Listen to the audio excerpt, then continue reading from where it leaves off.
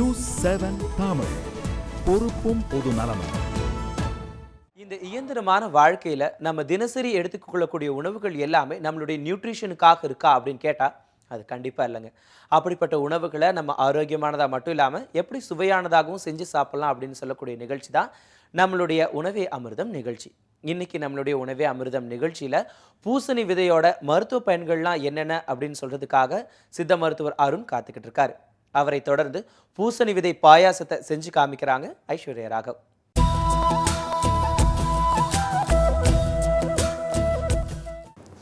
வணக்கம். உணவே அமிர்தம் நிகழ்ச்சியில் இன்றைக்கு நான் பார்க்கக்கூடிய உணவுப் பொருள் பூசணி விதை. பொதுவாக பூசுணை அப்படின்னு தான் அதை குறிப்பிடுவோம். பேச்சு வழக்கில் பூசணி அப்படின்னு குறிப்பிடுறோம். அதாவது சுனை அதிகமாக இருக்கக்கூடிய பெரிய சுனை இருக்கக்கூடிய தாவரம் தான் இந்த பூசுணை அப்படிங்கிறது தான் மொழி ஆராய்ச்சியாளர்கள் வந்து குறிப்பிடுறாங்க. இந்த பூசணி, அந்த பூசணியோட விதை அப்படின்னு பார்க்கும்போது பொதுவாக பூசணிக்காயை மட்டும்தான் நம்ம சாப்பிடுவோம். பூசணி விதையை எடுத்து அப்படியே குப்பையில் போடக்கூடிய பழக்கம் தான் இருக்குது.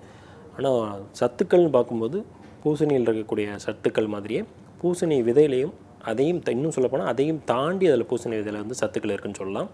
பொதுவாக பூசணிக்காயை வந்து காயகற்ப மருந்துகளில் ஒரு மருந்தாக தேரையர் சித்தர் வந்து குறிப்பிடுறாரு. அதாவது காயகற்ப மருந்துனா உடலுக்கு நோய் வராமல் தடுக்கக்கூடிய ஒரு ஆற்றல் அந்த பொருளுக்கு இருந்தால் தான் அதை காயகற்ப பொருள் அப்படின்னு தேரையர் எப்போவுமே குறிப்பிடுவார்.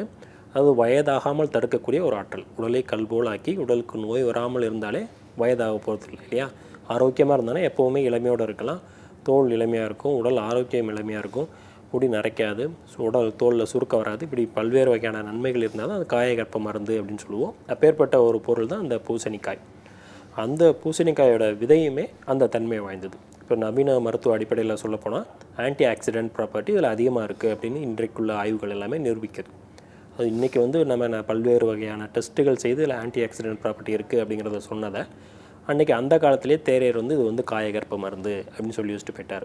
பல்வேறு வகையான காய்கறிகள், தாவரங்களை வந்து மூலிகைகளை ஒரு காயகற்ப மூலிகைகள் 108 அப்படின்னு சொல்லி ஒதுக்கி வச்சுருக்கார். இந்த மாதிரியாக சிறப்பு வாய்ந்த பொருட்களை எல்லாமே ஒதுக்கி வச்சுருக்காரு. அப்படி முக்கியமாக சொல்லப்பட்ட ஒரு மூலிகை தான் வந்து இந்த பூசணிக்காய். உடலுக்கு நன்மை தரக்கூடிய ஆற்றல் மிக்க ஒரு காய்களில் இந்த பூசணிக்காயை சொல்லுவோம். இதில் இருக்கக்கூடிய காரச்சத்து, அதாவது அமிலம் காரம்னு 2 வகையாக உணவுப் பொருட்களை பிரிக்கலாம். இது வந்து காரச்சத்து, உடலுக்கு வந்து காரச்சத்து அதிகமாக இருந்ததுன்னா அது இயல்பான நிலையில் உடலில் நல்ல நிலையில் வைக்கக்கூடிய ஒரு ஆற்றல் தரக்கூடிய ஒரு உணவுப் பொருளாக இருக்கும். அந்த மாதிரியான உணவுப் பொருள் தான் இந்த பூசணிக்காய். அதே தன்மை இந்த பூசணி விதைக்கும் உண்டு. இந்த பூசணி விதையை வந்து நம்ம வந்து வறுத்து அதில் இருக்கக்கூடிய அந்த மேல் தோலை நீக்கிட்டு உள்ளே இருக்கிற பருப்பை வந்து சாப்பிட்ற வழக்கம் உண்டு. நான் சின்ன வயசாக இருக்கும்போது இதை நிறைய நாள் எங்கள் அம்மா சாயங்காலம் ஸ்நாக்ஸாகவே செஞ்சு கொடுத்து சாப்பிட்ட பழக்கம் அவனுக்கு ஞாபகத்துக்கு வருது. அந்த பூசணி விதையை வந்து அந்த மாதிரி குழந்தைகளுக்கு வறுத்து கொடுக்கறது மூலமாக அவங்களுக்கு வந்து பல்வேறு வகையான விட்டமின் டிஃபிஷியன்சி எல்லாமே சரியாகிறதுக்கு வாய்ப்பு இருக்குது. பூசணிக்காய் விதையில் எல்லா விட்டமின்ஸ்னே இருக்குன்னே சொல்லலாம். குறிப்பிட்டு சொல்லப்போனால் விட்டமின் பி விட்டமின் வந்து இதில் அதிகமாக இருக்குது. அதனால் அந்த மாதிரியான விட்டமின் டிஃபிஷியன்சி எல்லாமே சரியாகிறதுக்கு வந்து இந்த பூசணி விதையை வந்து எடுத்துக்கலாம். முதல்ல குறிப்பிட்ட மாதிரி காயகற்ப மருந்துன்னு நான் சொன்னதுனால உடலில் வரக்கூடிய பல்வேறு வகையான நோய்களை தீர்க்கக்கூடிய ஆற்றலும் இந்த பூசணி விதை கொண்டு.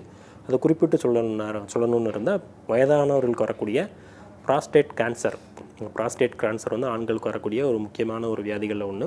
வயதானவங்களுக்கு வந்து இது பெரிய பிரச்சனையாக இருக்கும். ஒரு 50 வயசு கடந்தவங்களுக்கு எல்லாமே உடம்புல இருக்கக்கூடிய தளர்ச்சி காரணமாக, உறுப்புகளின் தளர்ச்சி காரணமாக இந்த ப்ராஸ்டேட் பாதிக்கப்படுறது ரொம்ப இயல்பான ஒன்று தான். அவங்க வந்து அடிக்கடி சிறுநீர் போகக்கூடிய ஒரு சூழ்நிலை இருக்கும். சிலருக்கு அதுவே வந்து கேன்சராக மாறுறதுக்கு உண்டான ஒரு வாய்ப்புகளும் இருக்குது. அந்த ப்ராஸ்டேட் கேன்சரை வந்து ப்ரிவென்ட் பண்ணக்கூடிய ஆற்றல் இந்த பூசணி விதை கொண்டு.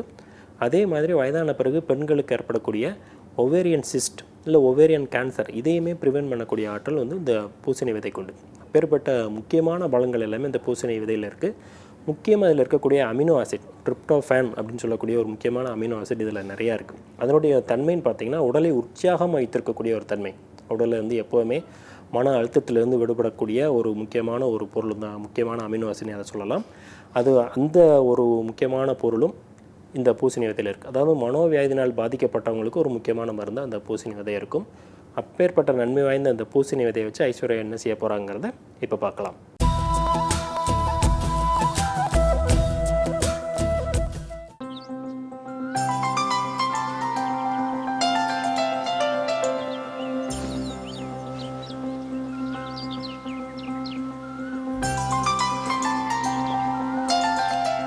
எல்லாருக்கும் இனிய காலை வணக்கம். டேயோட ஸ்டார்டிங்கே உங்களுக்கு இனிமையாக அமைஞ்சிட்டா அந்த டே ஃபுல்லாகவே ரொம்ப ஸ்வீட்டாக இருக்கும். இன்னைக்கு உணவே அமிர்தம் நிகழ்ச்சியில் நாம் பார்க்க போகிறது வித்தியாசமான ஒரு ஸ்வீட்டை பார்க்க போகிறோம். அது என்னன்னு கேட்குறீங்களா? ரொம்ப ஸ்வீட்டான விஷயங்களை பற்றி டாக்டர் அருண் வந்து சொன்னார். எது அப்படின்னா பூசணி விதையை பற்றி சொன்னார். இந்த பூசணி விதையில் விட்டமின் கே இருக்குது, விட்டமின் இ இருக்குது. அது மட்டுமே இல்லாமல் இதில் நிறைய ஜிங்க் இருக்குது, ப்ரோட்டீனும் இருக்குது. அவ்வளோ பெனிஃபிட்ஸ் இருக்கிற பூசணி விதையை வச்சு தான் இன்றைக்கி நாம் பாயசம் பண்ண போகிறோம். இந்த பாயசம் பண்ண முக்கியமான இன்க்ரீடியண்ட் இந்த பூசணி விதை. இந்த பூசணி விதை ஜென்ரலாகவே உங்களுக்கு பெரிய டிபார்ட்மெண்ட் ஸ்டோர்ஸில் கிடைக்கும். அப்படி டிபார்ட்மெண்ட் ஸ்டோர்ஸில் கிடைக்கல அப்படின்னா நாட்டு மருந்து கடையிலையும் கிடைக்கும். இதை வாங்கிட்டு குறைஞ்சது ஒரு 4 to 5 hours வந்து ஊற வச்சுட்டு அதுக்கப்புறமா அரைச்சி இதை வந்து பண்ணணும். ஊற வைக்கிறதுக்கு உங்களுக்கு டைம் இல்லை, 4 to 5 hours முடியாது அப்படின்னா 2 hours கூட ஊற வைக்கலாம். ஆனால் வெதுவெதுப்பான தண்ணியில் வந்து 2 hours ஊற வச்சிங்கன்னா 4 to 5 hours ஊற வேண்டிய அளவுக்கு வந்து 2 hoursலேயே நமக்கு ஊறிடும். நான் வந்து நானே தேடி அலைஞ்சு தான் இதை வாங்கினேன். 4 hours ஊற வச்சுருக்கேன். இப்போ நம்ம மிக்சியில் இதை போட்டு அரைச்சிடலாம்.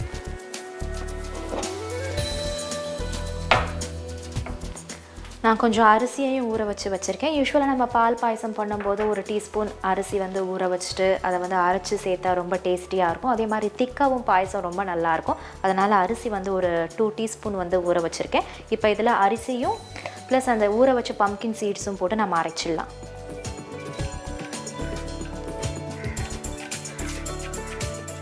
அரிசி போட்டிருக்கேன். அடுத்து பூசணி விதை,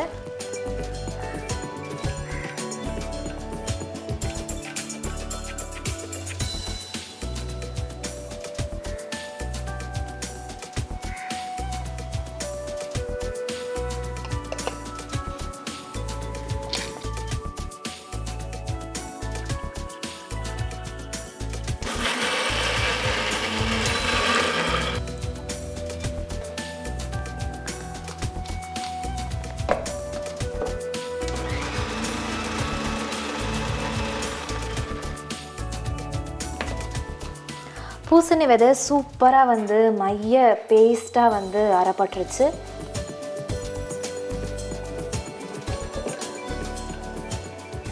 கேஷ்யூ நட்டெல்லாம் அரைச்சா ஒயிட்டாக நமக்கு சூப்பராக ஒரு பேஸ்ட் கிடைக்கும் பாருங்கள். அந்த மாதிரி இந்த பேஸ்ட் பார்க்கவே ரொம்ப பிரமாதமாக இருக்குது. ஒரு பாத்திரம் வச்சுருக்கேன். அதில் இப்போ நான் பால் விட போகிறேன்.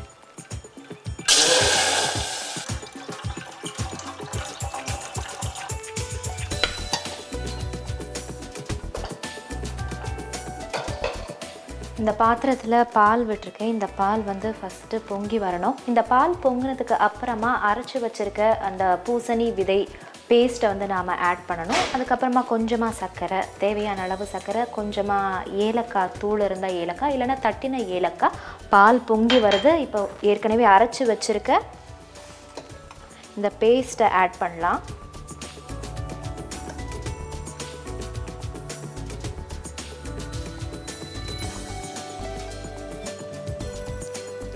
நான் சின்ன பிள்ளையாக இருக்கும்போது வீட்டில் பரங்கிக்காய் வாங்கும்போது அந்த விதையை மட்டும் எடுத்து நிழலில் காய வைப்பாங்க. அதுக்கப்புறமா அதை அப்படியே உரித்து ஒரு சின்ன டப்பாவில் போட்டு வைப்பாங்க. ஜென்ரலாக பாயசமெல்லாம் போடும்போது நம்ம முந்திரி பருப்பு, திராட்சை எல்லாம் தாளித்து கொட்டுவோம் இல்லையா? அதுக்கு பதிலாக அந்த விதையை வந்து போடுவாங்க. பாயசத்தில் ரொம்ப டேஸ்ட்டாக இருக்கும். ஆனால் முதல்ல இந்த மாதிரி பூசணி விதையில் பாயசம் பண்ணும்போது நானும் நினச்சேன் இது எப்படி இருக்கும்னு. ஆனால் பாசந்தி அதெல்லாம் சாப்பிடும்போது ஒரு டேஸ்ட் கிடைக்கும் இல்லையா? அந்த மாதிரி இது ரொம்பவே பிரமாதமாக இருக்கும். ரைஸும் ஆட் பண்ணியிருக்கிறதால அந்த திக்னஸ் நமக்கு கிடைக்கும்.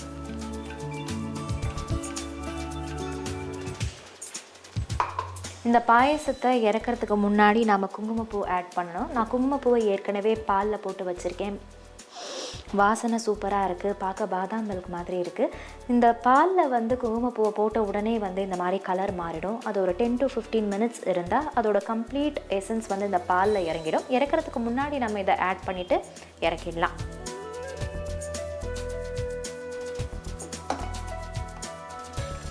இப்போ இதில் கொஞ்சம் சர்க்கரை ஆட் பண்ணணும்.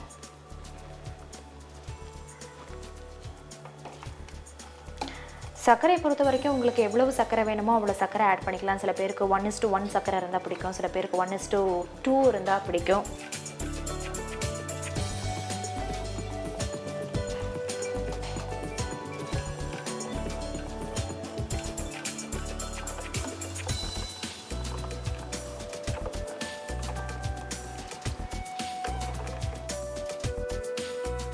பாயசம் ரெடி ஆயிடுச்சு. சர்க்கரை நம்ம ஆட் பண்ணிட்டோம். இப்போ நாம் ஏற்கனவே தட்டி வச்சுருக்கேன் 2 ஏலக்காவை, அதை ஆட் பண்ணிவிட்டு பாலில் ஊற வச்ச குங்குமப்பூவை ஆட் பண்ணிவிட்டு இறக்கிடலாம். ஏலக்காய் போட்டு அடுத்த செகண்ட் கம கம கம கமன்னு வாசனை வருது.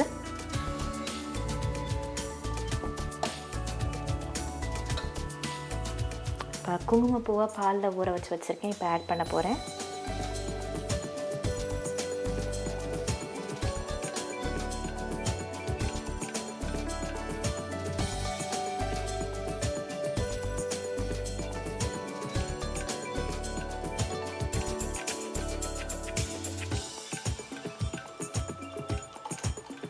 பூசணி விதை பாயசம் பிரமாதமாக ரெடி ஆகிடுச்சு. இதை அப்படியே ஒரு 10 நிமிஷம் ஆற வச்சுட்டு சூடாக குடிக்கணும்னு விருப்பம் இருக்கிறவங்க சூடாக குடிக்கலாம். சில்லுன்னு குடிக்கணும் அப்படின்னு ஆசைப்படுறவங்க ஃப்ரிட்ஜில் ஒரு 1/2 அன் ஹவர் வச்சுட்டு குடித்தா சூப்பராக இருக்கும்.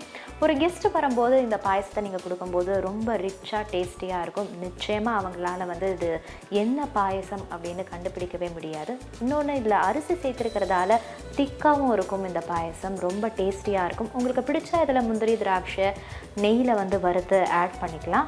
ஆட் பண்ணாமலே இந்த பாயசம் ரொம்ப ரிச்சாக இருக்கும். பார்க்கும்போதே எனக்கு சாப்பிடணும் போல இருக்குது. வாங்க டேஸ்ட் பண்ணி பார்த்துடலாம்.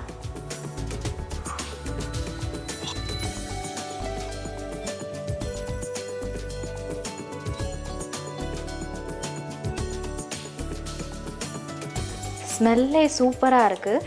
யூஸ்வலாக பாயசம் பண்ணால் கூட இவ்வளோ வாசனையாக இருக்காது. நம்ம ஏலக்காய் போட்டாலும் என்ன பாயசம் பண்ணாலும் இதில் இந்த நட்டை அரைச்சி விட்டுருக்கிறதால வாசனை சூப்பராக இருக்குது.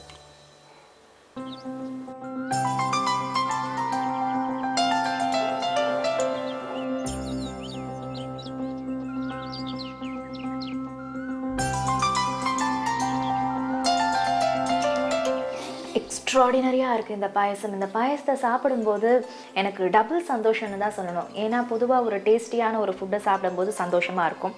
அது ரொம்ப ஹெல்த்தியான ஃபுட் அப்படிங்கும்போது சந்தோஷம் ரெட்டிப்பாகும். அதனால் இந்த பாயசம் சாப்பிட்றது ரொம்ப சந்தோஷமாக இருக்குது.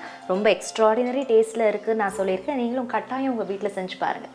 பூசணி விதை பாயசம்.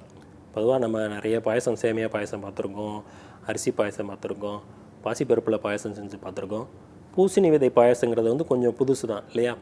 அது பேரை கேட்டாலே நல்லாயிருக்கு. பூசணி பாயசம், பூசணி விதை பாயசம் பேரை கேட்டாலே நல்லாயிருக்கு. குழந்தைகளும் எளிதாக சாப்பிடக்கூடிய ஒரு பொருளாக இந்த இனிப்பு பொருள் இருக்கிறதுனால நம்ம முன்னர் குறிப்பிட்ட எல்லா நன்மைகளுமே இந்த பூசணி விதை பாயசத்தில் அடங்கிடும். அதாவது உடலை இளமையாக வைத்திருக்கக்கூடிய ஆற்றல், அதாவது காயகற்ப மருந்தாக இருக்கும்.